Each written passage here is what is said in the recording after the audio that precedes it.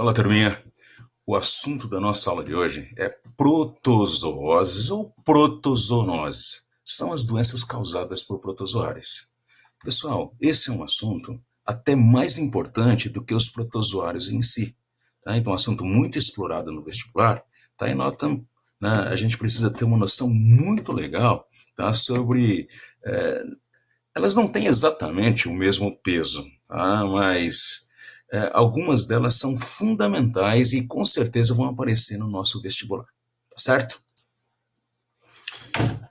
Bom, e a gente começa falando sobre a doença de Chagas. Doença de Chagas ou tripanossomíase americana. Tá? Essa é uma doença muito grave, uma doença que pode ser letal e é causada por um protozoário flagelado, um protozoário mastigóforo, né? Que é o Trypanosoma cruzi. Essa doença tem uma particularidade. Ela foi totalmente desvendada. O ciclo dessa doença foi descoberto por um cientista brasileiro, tá? O Carlos Chagas. Tá? Isso é muito raro, tá? Talvez seja um evento único, uma doença ser totalmente desvendada, ter seu ciclo completo desvendado por um único cientista. Ele não só desvendou a doença, pessoal, como também descobriu o seu causador. Então, ele descobriu que o agente causador, o parasita da doença, tá, era um protozoário, tá, do gênero Trypanosoma. E com direito a dar nome para a espécie, ele homenageou seu tutor, tá, o Oswaldo Cruz. Por isso, ele é chamado de Trypanosoma cruzi. Sei. Bom, tem que tomar muito cuidado porque muita gente acha que essa doença é causada pelo barbeiro. E não é. Essa doença é transmitida pela fêmea do barbeiro, um inseto hematófago, a fêmea. O macho se alimenta de vegetais. Tá? Agora, a fêmea, para poder reproduzir e produzir seus óvulos, ela precisa de sangue. Tá? Então, a fêmea desse inseto conhecido popularmente como barbeiro é o transmissor. Tá? E outro erro muito recorrente é que é através da picada, mas não é através da picada, é através das fezes, tá certo? Tá? Então, esse barbeiro, na realidade, é o nome genérico, tá, para insetos da família dos triatomídeos, principalmente a espécie Triatomas infestans, e não é um mosquito. É muito importante que vocês saibam que não é um mosquito. Tá? Então, na realidade, o Trypanosoma cruzi, tá, é introduzido no ser humano através das fezes, principalmente através das fezes do barbeiro, do inseto barbeiro, tá? Cujo nome popular barbeiro é pelo hábito que ele tem de picar o rosto. E não é porque ele gosta do rosto, é porque ele é oportunista. Tá? Então, ele é um inseto hematófago de hábitos noturnos. Então, durante o dia ele fica escondido, né, no seu ninho, né, geralmente em frestas de casa ou na floresta, e à noite ele sai para caçar. Ou ela sai para caçar, sai para procurar comida. Bom, enquanto ela está, né, ativa, normalmente o ser humano está dormindo. Então, quando ela tem contato com o ser humano, normalmente ele está dormindo. E quando dormimos, a parte do rosto que geralmente fica descoberta é o rosto. Então, é questão de oportunismo. Ele poderia tranquilamente picar outra região do nosso corpo. Tá? Então, vamos conhecer o ciclo dessa doença. Então, tudo começa aqui, tá? Esse barbeiro contaminado, e uma coisa muito importante, tá? Esse barbeiro, tá, é o hospedeiro invertebrado. Aqui a gente não vai dividir, tá, em hospedeiro intermediário ou definitivo, tá, porque o parasita não tem reprodução sexuada. Ele só faz um tipo de reprodução, né, tanto no barbeiro quanto nos hospedeiros vertebrados. Então é assim que a gente vai dividir. Tá? O hospedeiro invertebrado, que é o barbeiro, que é o inseto, e o hospedeiro invertebrado, que não necessariamente é o homem. Tá? Então, além do homem, tá, o tripanossoma pode aparecer também no corpo de animais como tatu, de gambás e até de macacos, certo? Então, quando esse barbeiro pica alguns desses indivíduos, onde o tripanossoma está, ao sugar o seu sangue, tá, ele leva para dentro do seu corpo o protozoário, o agente causador. Então, ele se instala no intestino do barbeiro. E esse barbeiro, quando ele está picando o indivíduo, ele defeca e através das fezes, né, que contém o tripanossoma, tá, acontece a contaminação. Então, quando esse tripanossoma, né, penetra pela pele, cai na circulação, tá? E o indivíduo aí está contaminado. Então, existem duas fases, né, em relação aos sintomas apresentados. Então, quando o homem, né, recebe o Trypanosoma cruzi, existe a fase inicial, chamada de aguda, né? E a fase, né, que se acontecer, chamada de crônica, que vai se estender até por décadas. Tá? Então, nessa fase inicial, aparecem os sintomas, primeiro, no buraco da picada. Tem um detalhe muito interessante sobre esse camaradinho aqui, tá? Ele é hematófago, ele não é um mosquito, ele é grandão. Tá? E normalmente os insetos hematófagos, eles têm uma estratégia. Eles injetam a saliva na hora da picada. A primeira coisa que acontece na picada é injetarem a saliva. Essa saliva tem ação anticoagulante e anestésica. Evita que o sangue coagule, o que facilita, né, ele sugar o sangue. Tá? E o fato de ter ação analgésica é para que ele não leve um tapão, né? Imagina só, você está sendo picado, dói ou coça, você dá um tapão. Tá? Então, para ele permanecer desapercebido um bom tempo enquanto está picando, ele injeta também esse anestésico. Certo? Então, isso permite a ele ficar um longo tempo picando, né? Sugando o sangue, por exemplo, do ser humano. Tá? Então, durante esse processo, ele costuma fazer cocô, ele costuma defecar. Tá? E nas fezes é onde estão, né, os tripanossomas. E aí, depois que ele termina de sugar o sangue, aí ele vai embora, passa o efeito do anestésico e a pessoa geralmente sente coceira ou dor no local. Tá? E aí, ao coçar, acaba jogando as fezes, né, no buraco da picada. E nessas fezes tem o tripanossoma. Então, esse tripanossoma entra, né, através da pele. Um detalhe interessante, pode ser que entre por uma região intacta da pele. Normalmente ela aproveita o buraco da picada, mas se não tiver esse buraco no jeito, entra para uma região intacta da mucosa, principalmente se for da mucosa, tá certo? Bom, entra, por onde ele entra, né, que é a picada, normalmente ele acontece uma lesãozinha inicial, né, acompanhada de uma necrosezinha, que é chamado de chagoma, parece uma espinhazona avantajada. Depois de um certo tempo, como pica normalmente na região do rosto, gera um processo inflamatório, né, acompanhado de inchaços das pálpebras, né, os olhos ficam avermelhados, chamado de sinal de Romanin. Então, muitas pessoas desenvolvem, né, um quadro relativamente grave no início, mas tá, que inclusive pode levar à morte. Mas a grande maioria, tá, entra, passa por esse estágio, né, e pode entrar na fase crônica. Nessa fase crônica, muitos deles, inclusive, não desenvolvem sintomas, pelo menos não sintomas iniciais. Tá? Mas quando o protozoáriozinho, né, se estabelece no corpo do indivíduo, tá, começa a procurar células. Encontra principalmente as células do coração, né, as células do miocárdio. E lá eles entram e usam, né, essa célula para poder se multiplicar. Inclusive, enquanto ele está no sangue, está na circulação, né, fora do coração, fora das células, ele apresenta o flagelo. Tá? A gente chama de fase mastigota, né? Mastigo e mastix, a flagelo. Então, ele tem flagelo. Tá? Quando ele está dentro da célula, ele perde esse flagelo. Tá? Mas a ação dele dentro das células, né, para poder proliferar, gera um processo inflamatório no coração. Tá? Então, a longo prazo, né, o coração vai inflamando, vai crescendo, vai inchando, é uma dilatação das cavidades do coração, isso gera insuficiência cardíaca. Tá? E não é raro, né, isso provocar a morte da pessoa. Tá? Pode levar muito tempo, mas é comum que leve à morte. Tá? Antes de que ocorra a morte, pode ser que essas lesões levem a lesões, né, e maus tratos no marcapasso natural que o coração tem para manter seu ritmo. Então, em muitas dessas pessoas, né, é comum haver necessidade, né, de inserir um marcapasso artificial. Tá? Então, o principal alvo é o coração, mas não é o único. Então, esses protozoários eles podem também, né, afetar o tubo digestório, esôfago, né, eles afetam o peristaltismo, né? A ação deles né, inibe parte do peristaltismo e causa dilatação do esôfago. Isso leva a dificuldade para engolir. No intestino grosso, pode também, né, provocar a dilatação, a falta de peristaltismo, o indivíduo ter dificuldade para defecar. Tá?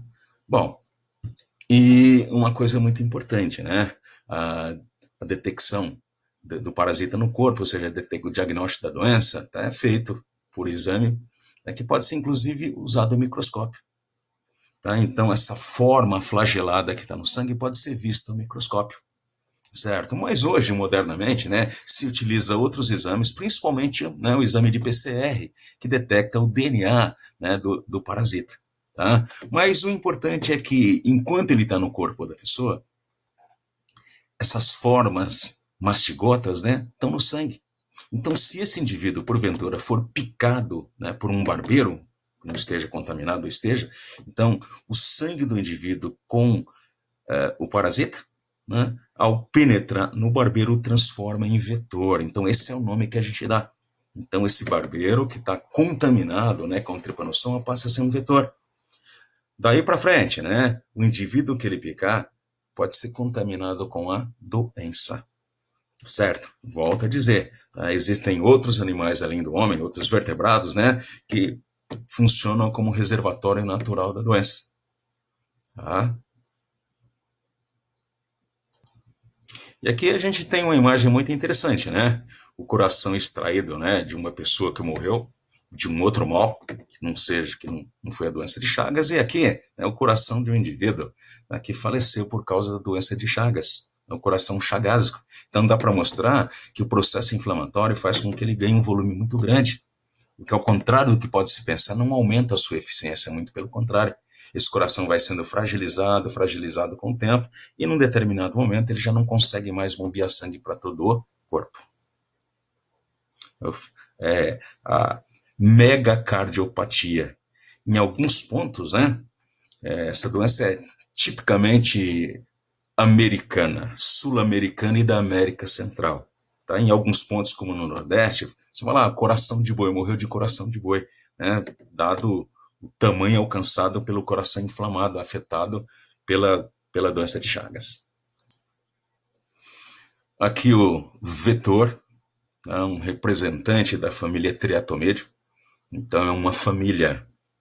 Tá? Então você tem o gênero Triatomas e tem algumas espécies. A principal delas para nós é o Triatomas infestans. Triatoma infestans não é um mosquito, olha o seu tamanho.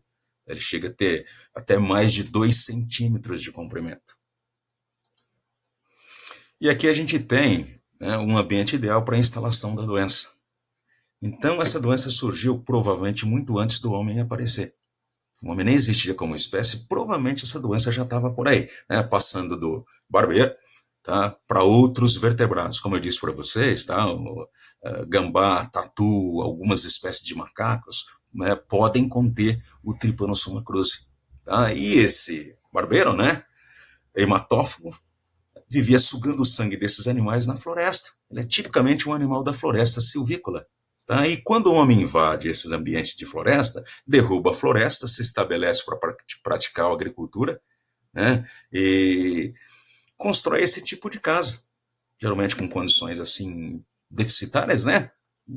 Pobreza, eles constroem esse tipo de casa que favorece a instalação do barbeiro. Mais ou menos assim, olha, você foi lá e derrubou a minha casa, acabou com a floresta, eu venho morar com você. Então essas frestas aqui, ó, favorecem, né, a produção do seu esconderijo. Então ele usa esse monte de frestas que tem numa casa como essa para poder fazer o seu ninho. E durante o dia ele dorme e à noite ele sai para sugar o sangue de algum incauto. Volta a repetir que é ela, certo? Então isso aqui favorece. Tanto é que uma das formas de você combater essa doença é exatamente fazer casa de alvenaria, onde essa doença é endêmica, né? Existem locais onde você encontra normalmente um grande número de pessoas com essa doença. Então esse quadro é chamado de endemia. Tá? Por quê? Constantemente essas pessoas se encontra um número de pessoas doentes. Não varia muito. Então significa que o ambiente está contaminado. O ambiente é propício e mantém a doença. Tá? Então, onde a doença é endêmica, se inclusive faz campanhas, né, para que o indivíduo produza uma habitação que não tenha frestas, pintada em cores claras, né, numa tentativa de evitar que o barbeiro se aninhe tão próximo assim do indivíduo.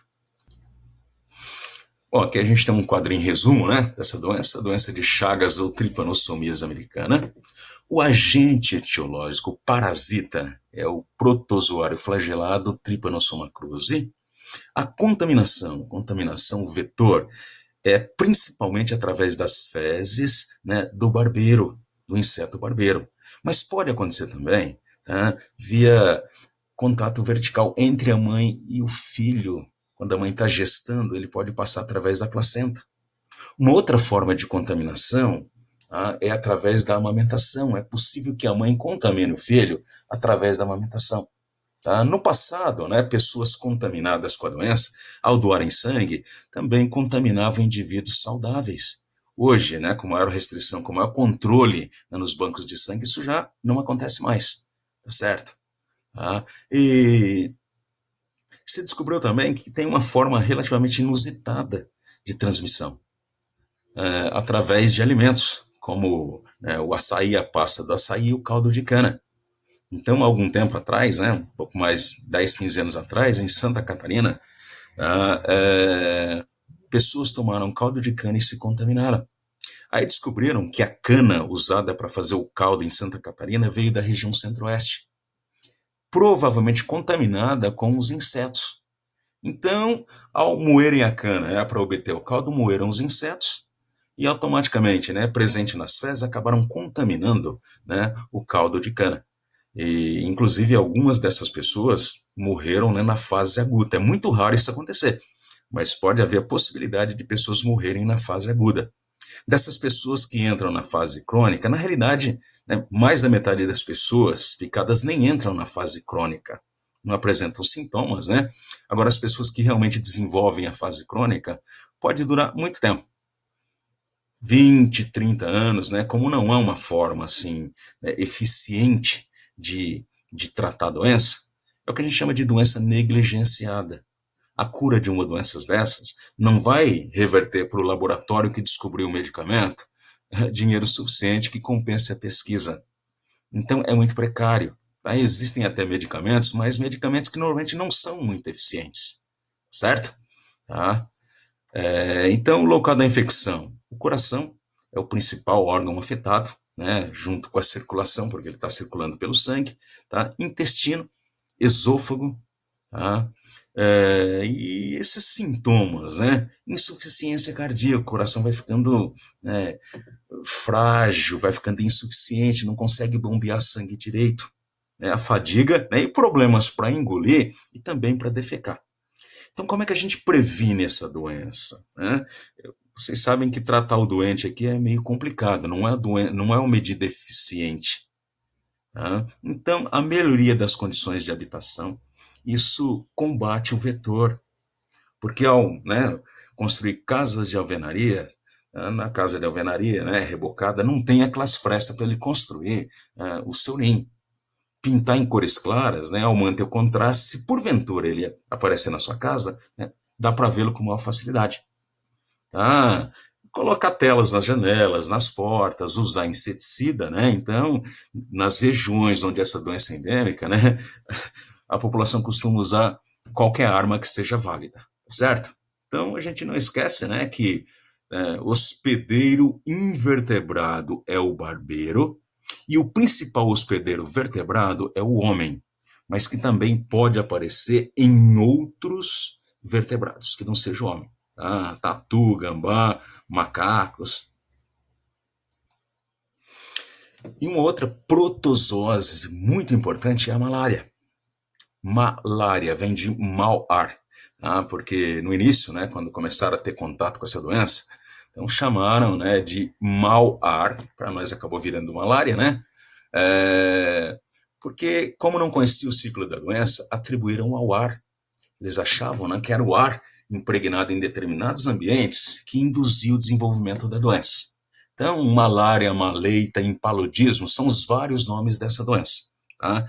E aqui, a gente tem duas coisas importantes sobre essa doença. Primeiro, é uma doença causada por um protozoário, tá? Um protozoário chamado do grupo dos esporozoários, que não tem estrutura de locomoção, tá? Mas é transmitido por um mosquito fêmea também do gênero Anopheles. Então, aqui também, né? O macho se alimenta de vegetais, mas a fêmea, para poder reproduzir, tem que buscar sangue, porque tem uma fonte proteica capaz de gerar óvulos, né? Que tem nutrientes suficientes para que ela possa produzir seus óvulos. Então, condição fundamental para elas se reproduzirem e gerarem óvulos é sugar sangue. E ao sugar o sangue, né? Essa fêmea do Anopheles, anofelino, tá? Acaba transmitindo a doença. O nome popular desse mosquito é prego, mosquito prego. Porque quando ele vai picar, ele fica numa posição vertical, tá? Formando mais ou menos um ângulo de 90 graus com a pele. Então, pessoal, parece um prego, parece um prego. Então, o mosquito prego, na realidade, tá? É a fêmea do Anopheles, vetor transmissor da malária, certo? Bom, então não se esqueça que não é o mosquito que causa a doença, ele apenas transmite. E aqui a gente tem um gráfico que mostra a variação da temperatura corporal, tá? E deixa claramente ver que essa pessoa tem febre. Então, esses picos de temperatura significa febre. Mas não é uma febre qualquer, é uma febre intermitente. É a febre que vai e volta em intervalos regulares. Então, essa febre pode aparecer a cada 3 dias, a cada 4 dias. A famosa febre terçã ou quartã. Nos locais onde essa doença é endêmica, às vezes o doente chega no médico já com o diagnóstico. Fala, doutor, eu estou com a febre terçã, estou com a febre quartã, vê o que o senhor pode fazer por mim aí, tá bom?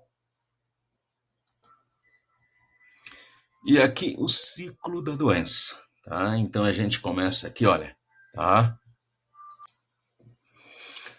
Então vamos colocar como é um ciclo, né? Mas vamos colocar como início a picada da fêmea do Anopheles. Então aqui ao contrário da doença de Chagas, é a picada realmente que transmite a doença.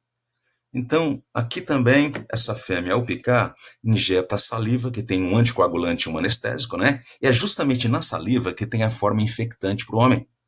Tá? Então, a forma, né, desse protozoário no corpo do mosquito, para poder sobreviver, é uma forma de esporo, de esporozoito.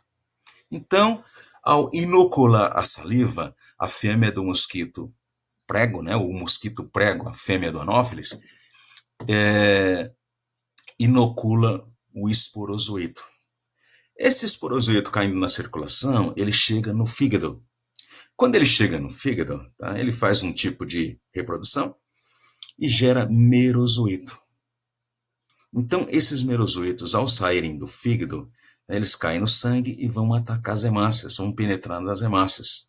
Inclusive, por isso que essa doença, né, por isso que a malária pode trazer problemas hepáticos. Não raramente traz sintomas, né, relacionados a patologias hepáticas, tá, problemas no fígado. Agora, no interior das hemácias, é que o protozoário em forma de merozoito realmente faz estrago. Ele usa o conteúdo das hemácias para poder reproduzir, para poder fabricar filhotes. Tá? Então, ele fica um certo tempo dentro da hemácia fazendo os filhotes. E depois, né, quando termina esse ciclo de produção de filhotes, tá, causa a lise, a ruptura das hemácias, liberando os filhotes. Então, destrói as hemácias, tá, liberando os filhotes. Por isso que um dos principais problemas relativos, né, a essa doença é a anemia, a perda de hemácias. Tá? Então, o que acontece é isso. As hemácias são usadas para poder fazer os filhotinhos, né, do plasmódio. E aí, gente, olha só. Esses merozoitos saem e vão atacar outras hemácias. Só que tem um detalhe interessante. A febre intermitente ela ocorre justamente após a ruptura das hemácias. Então, muita gente acha, a febre é na picada. Não, não é na picada. É febre quando entra no fígado? Não. É quando entra nas hemácias? Não. É quando sai das hemácias. Quando termina o ciclo no interior das hemácias. Então, esse ciclo dentro das hemácias pode levar 2 ou 3 dias. Então, se ele fica 2 dias fazendo filhote dentro da hemácia, no final do segundo dia, a hemácia se rompe, libera os filhotes, mas não libera só filhote também. Tem resíduos metabólicos, né, produzidos pela atividade do protozoário, principalmente uma substância chamada hemozoína. Então, quando os filhotes da hemozoína são liberados no sangue, provocam uma reação de defesa, uma reação inflamatória, em forma de febre. Então, vem a febre. Então, tem espécies desse protozoário que fica 2 dias fazendo filhote dentro das hemácias, aí a hemácia se rompe, né, e no terceiro dia vem a febre terçã. Tem algumas espécies, né, que fica 3 dias. Mesma coisa. No final do terceiro dia, a ruptura da hemácia, libera os filhotinhos e a hemozoína, tá? E no quarto dia vem a febre quartã. Então, por isso a febre, tem que tomar cuidado, porque a febre só vem com a ruptura da hemácia. É o único momento, né, em que há o estímulo para que o corpo manifeste a febre. Bom, uh, além dos merozoítos, podem ser produzidos também uma variedade chamada gametócito, que são gametas imaturos. Então, no sangue desse indivíduo que está doente, você vai encontrar merozoítos em grande quantidade, né, e gametócitos. Então, esse indivíduo que está doente, se ele é picado por um mosquito saudável, né, pelo mosquito prego, pela fêmea Anopheles saudável, né, ao sugar o sangue, suga essas formas do parasita, que vai para o seu corpo. Então, quando chega no tubo digestório do mosquito, tá, os gametócitos, os gametas imaturos, amadurecem e se transformam em gametas masculino e feminino. E acontece a fecundação. Então, no corpo do mosquito acontece a fecundação, a reprodução sexuada. Bom, isso dá origem a um zigoto resistente chamado de oocisto. Ele imóvel, ele se instala na parede do estômago do mosquito e faz um tipo de reprodução, né, chamada esporogonia, onde são gerados os esporozoítos, que migram e vão se instalar onde? Na glândula salivar do mosquito. Então, quando isso acontece, esse mosquito já acabou de ser transformado num vetor. A partir do momento que ele picar um outro indivíduo, tá, a sua saliva contaminada vai contaminar esse indivíduo. Então, esse é o ciclo básico. Dentro do corpo do ser humano, o protozoário só faz reprodução assexuada. Um processo, né, predominante chamado esquizogonia, uma mitose acelerada. Tá? Então, por causa disso, a gente fala que o homem é o hospedeiro intermediário na malária e o mosquito é o hospedeiro definitivo. O que a gente chama de hospedeiro definitivo? Tá? É o hospedeiro onde o parasita realiza a reprodução sexuada. Nesse caso é o mosquito. E o hospedeiro intermediário, tá, é o hospedeiro, né, em cujo corpo o parasita realiza a reprodução assexuada.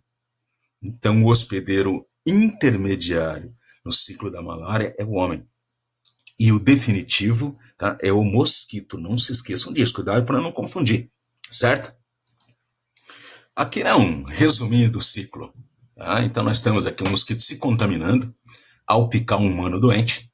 Tá? Então, os gametócitos se diferenciando no seu tubo digestório, o procedimento que leva à produção dos esporozoítos, eles se instalando na glândula salivar e o mosquito se transformando num vetor.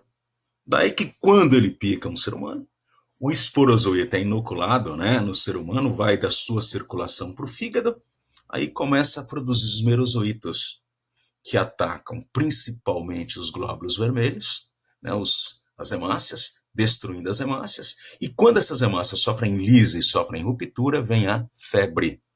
Febre terçã ou febre quartã. Então, as formas livres no sangue do doente, né, facilita para que quando um mosquito venha sugar sangue desse doente, se contamine também. Ok? Não podemos nos esquecer que a febre ela é originada da lise das hemácias. Então, ela é desencadeada no momento em que há ruptura das hemácias. Tá? Se isso acontece a cada 3 dias, é porque o parasita ficou 2 dias fazendo filhote dentro da hemácia. Se essa é uma febre do tipo quartã, o parasita ficou 3 dias dentro da hemácia fazendo filhote, aí a sua ruptura provoca a febre no quarto dia. Bom, e os protozoários, então todos eles, todos os parasitas são do gênero Plasmodium. tá? Mas não tem uma única espécie, não. Na realidade, existem 4 ou 5 espécies. Mas aqui no Brasil, né, tem uma predominância de 3 espécies. O Plasmodium vivax, o Plasmodium falciparum e o Plasmodium malariae. Tá? E essa febre terçã maligna, terçã benigna, quartã benigna. Então, a febre benigna, na realidade, né, é a evolução benigna da doença, que geralmente não mata. Então, a gente não pode esquecer que o maior problema na malária é a destruição de hemácias. Anemia intensa, pode ser uma anemia severa, tá certo? Tá? Então, o período terção quartã a gente viu, né? São os intervalos em que a febre acontece.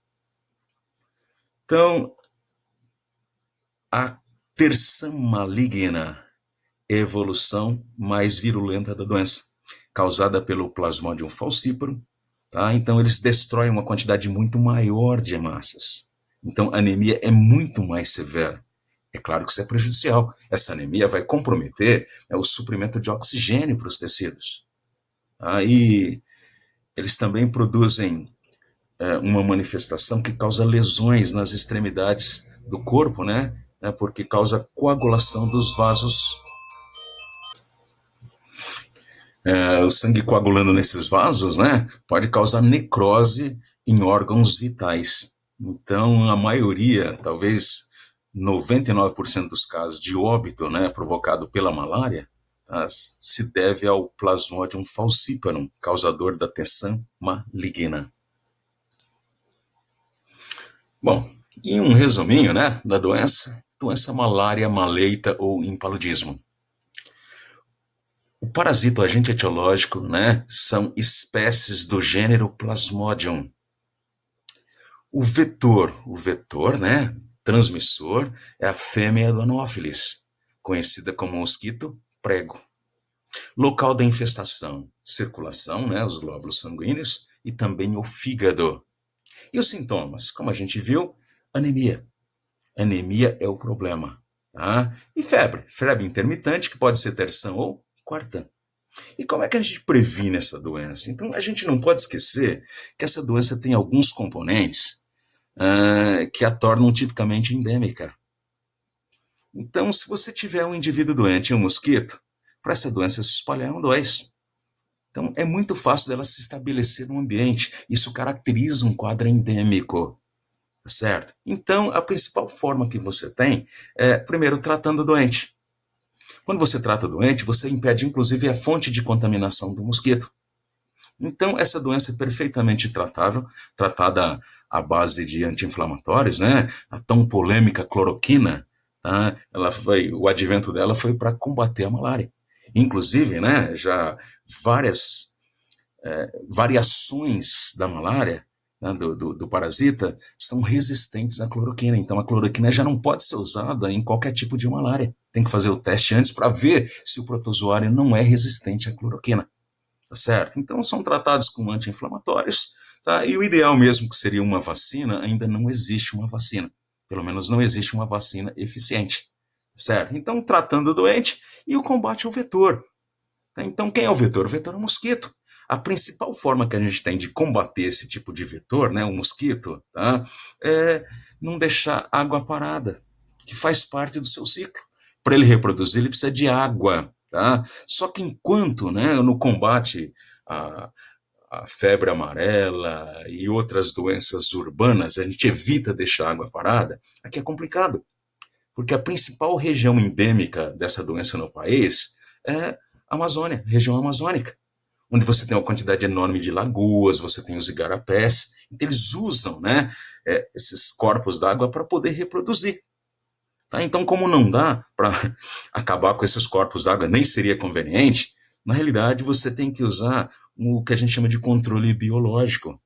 Então, nesse controle biológico se utiliza peixes larvófagos, que comem, né, a larva do mosquito. Se a larva é destruída, não aparece um mosquito adulto para poder causar doença.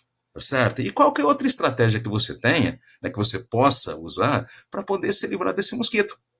Inseticida, repelente, telas nas janelas, tá certo? Então, combater o vetor é uma medida eficiente, tá? E aqui a gente não pode esquecer, olha, tá? Tem o hospedeiro intermediário e tem o definitivo. Professor, o que é o hospedeiro intermediário? É aquele hospedeiro onde o parasita realiza a reprodução assexuada. E o definitivo, que é o mosquito, é onde o parasita realiza a reprodução sexuada. Combinados? E aqui uma outra protozoose muito importante para o vestibular e também, né, com importância razoável de saúde pública, né? É a amebíase ou disenteria amebiana.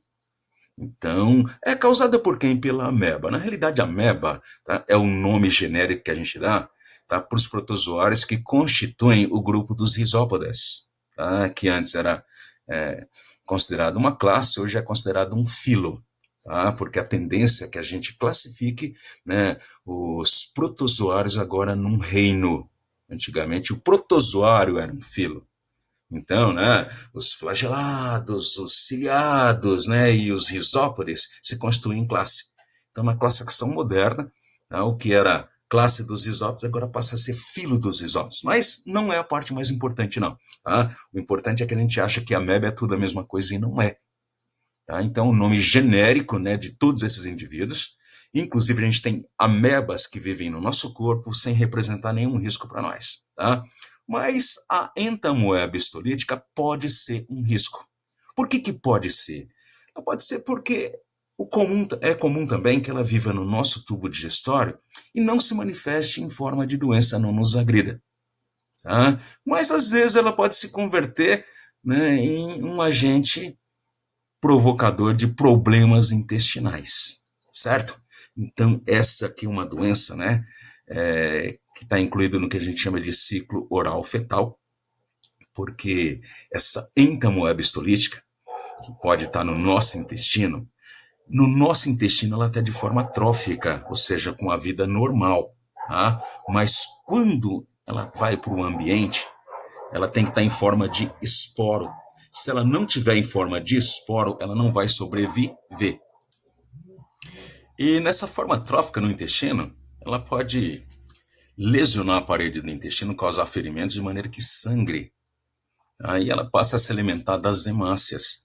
Então é por isso, né, que esse ataque gera inflamação no intestino, acompanhado, né, de diarreia, porque essa inflamação inibe a absorção de parte da água. Então isso gera a eliminação de fezes líquidas, né, caracterizando a diarreia. Tá? Só que também a produção de muco. Então a diarreia é muco-sanguinolenta.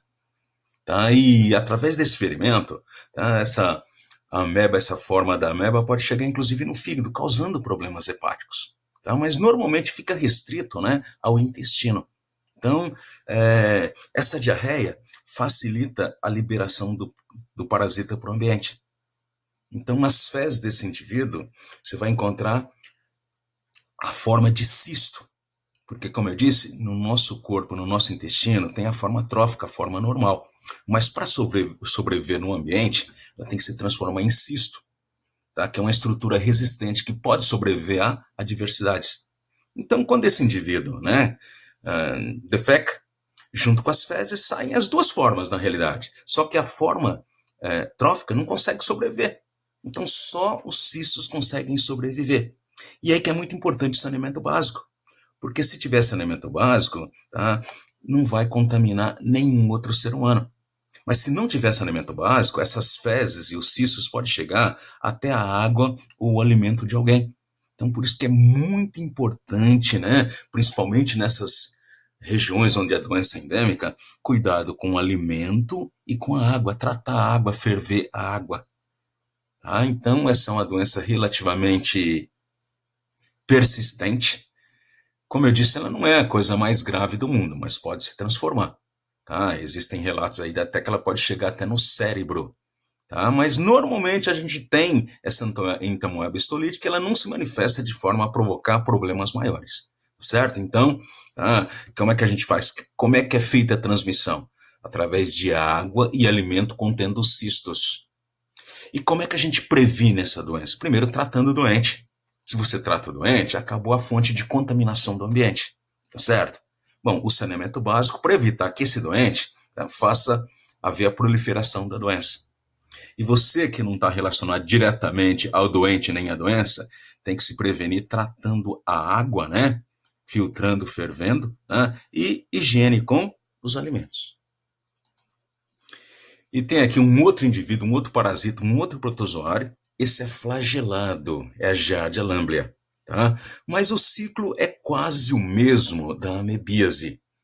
Então, essa Giardia lamblia também pode ver no nosso intestino, causando sintomas parecidos, certo? Então, ele é flagelado, Giardia lamblia, né? E a contaminação também se dá, né, pela ingestão de cistos na água ou alimento. Cistos esses que foram abandonados, né, liberados no ambiente pelo doente, né, pelo indivíduo que estava com a giardia no seu intestino, e em função da diarreia, né, acabou eliminando essas fezes líquidas, e aqui também a forma trófica, tá, aquela forma viva tal, que está dentro da gente, não consegue sobreviver no ambiente. Então, muitos desses indivíduos no intestino ainda se transformam em cistos, para que na hora da eliminação, junto com as fezes, eles já tenham, né, se transformado em uma estrutura resistente. Então, são esses cistos que o indivíduo ingere com alimento ou água contaminados. Aqui uma doença que não é tão grave assim. Ela existe sim, tá? Mas não é um temor de saúde pública, não. É mais uma curiosidade. Então, a balantidíase, né, é causada pelo protozoário ciliado Balantidium coli e tem um ciclo muito parecido, né, com o da giardíase e da amebíase. Tá? Então, por que ela está aqui mais como curiosidade? Porque é muito raro você encontrar protozoários ciliados parasitas. Então, essa é uma exceção. Tá? Então, a forma, né, de propagação, de contaminação, de transmissão da doença é a mesma. Ingestão dos cistos, né, do protozoário, né, que vieram das fezes do indivíduo que estava doente, quando não há saneamento básico, né? Então, para se prevenir também o tratamento do doente, para evitar a contaminação do ambiente, e você que está longe do problema, né? Mesmo assim, né, a água contaminada pode chegar até você e o alimento também. Aqui, uma protozoose um pouco inusitada, porque é uma DST. Então, o próprio nome do parasita, né? Olha, um protozoário também flagelado, Trichomonas vaginalis, já sugere, certo? Então, a transmissão aqui acontece através de contato sexual sem a prevenção. Então, esse parasita afeta principalmente os órgãos genitais, causando inflamação, produção de muco, não? Uma reação da própria região. Tá? E tem um detalhe muito interessante, essa doença já foi muito comum. Hoje já não tem muitas pessoas estão infectadas, né? Mas a incidência no passado foi maior. Tinha pessoas, né, por aí, passando para os prostíbulos, marinheiro, aquele pessoal nômade, né? Não se prevenir. Então, tá, era muito fácil transmitir essa doença, porque o homem, ele pode se manifestar no homem e na mulher. Mas é muito comum ele ficar assintomático no homem. Então, a mulher olha, não vê nenhum sintoma, né? Acha que o cara está saudável, o cara está doente. Então, a principal forma de se prevenir, tá, é usando preservativo nas relações sexuais. Tricomonias e tricomonas vaginalis. E aqui uma leishmaniose. Então, a leishmania, né, é um gênero de protozoários também flagelados que causam várias doenças. Então, essa aqui é a leishmaniose tegumentar. Tegumento é a pele, tá? É o tecido de revestimento. Afeta a região cutânea. Mas a gente vai ver que tem outros tipos de leishmaniose. Essa aqui é chamada de úlcera de Bauru, porque no início do século passado, na região de Bauru, houve inicialmente uma epidemia, né? Uma quantidade muito grande de pessoas foram cometidas com essa doença. E virou notícia, então ficou úlcera de Bauru. Tá? Então, por que úlcera de Bauru? O protozoário causador dessa doença é o Leishmania brasiliense. E com a picada do mosquito, mesma situação, gente. Tá? A fêmea do mosquito é o transmissor. Tá? A forma infectante do protozoário está na sua saliva. Então, quando ela injeta a saliva e o protozoário, tá? Esse protozoário ele infecta macrófagos, glóbulos brancos, né, da circulação periférica e usa esses macrófagos para poder proliferar. Isso gera um processo, né, inflamatório, um processo de necrose que afeta a pele, né, mas uma parte mais interna, principalmente a região, né, da laringe, da faringe, podendo inclusive afetar a cartilagem. Então, nessa foto aqui, ó, tá, dá para ver o homem que tem o famoso nariz de anta. O que é o nariz de anta? É o nome que se dá, tá, para o formato que o rosto do cara adquire quando ele está contaminado e a doença chega a atingir essas proporções. Pode, inclusive, comprometer a fala, porque ao proliferar, gera uma reação inflamatória, a produção de pus, e começa a necrosar as estruturas na região. Então, afeta o nariz, afeta a garganta, pode afetar inclusive as cordas vocais e as cartilagens, dificultando a respiração. Então, a doença é relativamente grave, tá certo? Tá? Bom, e esse indivíduo que está doente, além de desenvolver todos esses sintomas aí, ele pode ser também o foco de contaminação para o mosquito. Porque se ele for picado por um mosquito saudável, o mosquito, ao sugar seu sangue, contrai também a forma, né, do protozoário e passa a ser um vetor. Mas o homem não é o único. Então, existem cães, né, os ratos, que também são reservatórios naturais. Então, às vezes, um mosquito contaminado que pica um ser humano, ele não se contaminou picando um outro ser humano. Pode ter picado um rato e picado um cachorro, tá certo? Por isso que uma das formas, né, errado, mas uma das formas de prevenir a doença, em regiões onde ela é endêmica, é combatendo os cães. E se o cão é de rua, se o cão não tem um dono para fazer o tratamento, tá? Normalmente ele é sacrificado. Então, se aparecer no vestibular, olha, uma forma de doença cuja profilaxia envolve o sacrifício de cães, é a leishmaniose tegumentar, tá certo? Tá? Então, os ratos também são reservatórios naturais. Então, dá para ver o ciclo, né? Então, você tem aqui um mosquito. Picar qualquer um desses animais infectados, ele se transforma em vetor. Tá? Aí, ao passar a doença, né, ao picar o homem, inocula o protozoário no homem, e aí gera esses sintomas, né, essa patologia que a gente viu.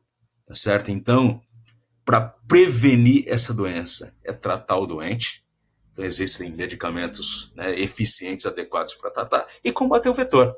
Então, as formas de combate ao vetor são aquelas usuais, porque ele é um mosquito. Evitar que ele conclua o ciclo reprodutivo. Evitar que as suas larvas cheguem à idade adulta. Então, evitar que haja água parada para sua reprodução. Como deu para perceber, é uma doença muito próxima do homem. Podemos dizer que ela tem, né, um ciclo urbano. Ok? Aqui uma outra leishmaniose, só que essa é muito mais grave. A tegumentar dificilmente provoca morte, tá? Mas essa leishmaniose visceral, como o próprio nome sugere, tá? Ela afeta as vísceras, órgãos vitais, e no início da doença, quando ela é detectada, é fácil fazer o tratamento. Tá? Mas se ela não for tratada no início, a taxa de mortalidade, a taxa de letalidade pode ultrapassar 80%. Então é uma doença muito preocupante. Tá? Então, um ciclo muito parecido, né? Só que você tem dois protozoários responsáveis por essa doença. Todas essas formas do gênero Leishmania. É o Leishmania donovani e o Leishmania chagas. Tá? E o mosquito? Tá? O mosquito é sempre, né, a fêmea da família Phlebotomidae. Da mesma forma que a Leishmania tegumentar, Leishmaniose tegumentar. Então lembra, a família é grande, tá? Então é Phlebotomidae, tá? Do gênero Phlebotomus, tá? E às vezes é um outro gênero chamado Lutsomia, tá certo? Mas a família é sempre um Phlebotomídeo. Apareceu uma leishmaniose, que mosquito que transmite? É um Phlebotomídeo. Pode ser, inclusive, gêneros diferentes, espécies diferentes, mas a família é sempre Phlebotomídeo. O senhor eu vi outro dia o Lutzomia, tá? É um gênero dessa família. Mas, né, o gênero mais importante dessa família é o gênero Phlebotomus, por isso que dá nome de Phlebotomídea família, tá certo? O famoso mosquito palha, o mosquito birigui, certo? Então, essa doença também, né, tem como reservatório natural cães, tá? E também cães selvagens, animais selvagens, né? Da família dos canídeos, animais que não sejam só o cachorro, né, o cão familiar, ok? Sintomas: lesões principalmente no fígado, baço e rins. Então, no estágio avançado dessa doença, essas lesões podem levar à morte. E a profilaxia, né, a prevenção, tratamento do doente, tá? Principalmente no início, né, combate ao vetor e, por incrível que pareça, controle de cães. São os principais reservatórios naturais da doença. O ideal é fazer o tratamento do cão.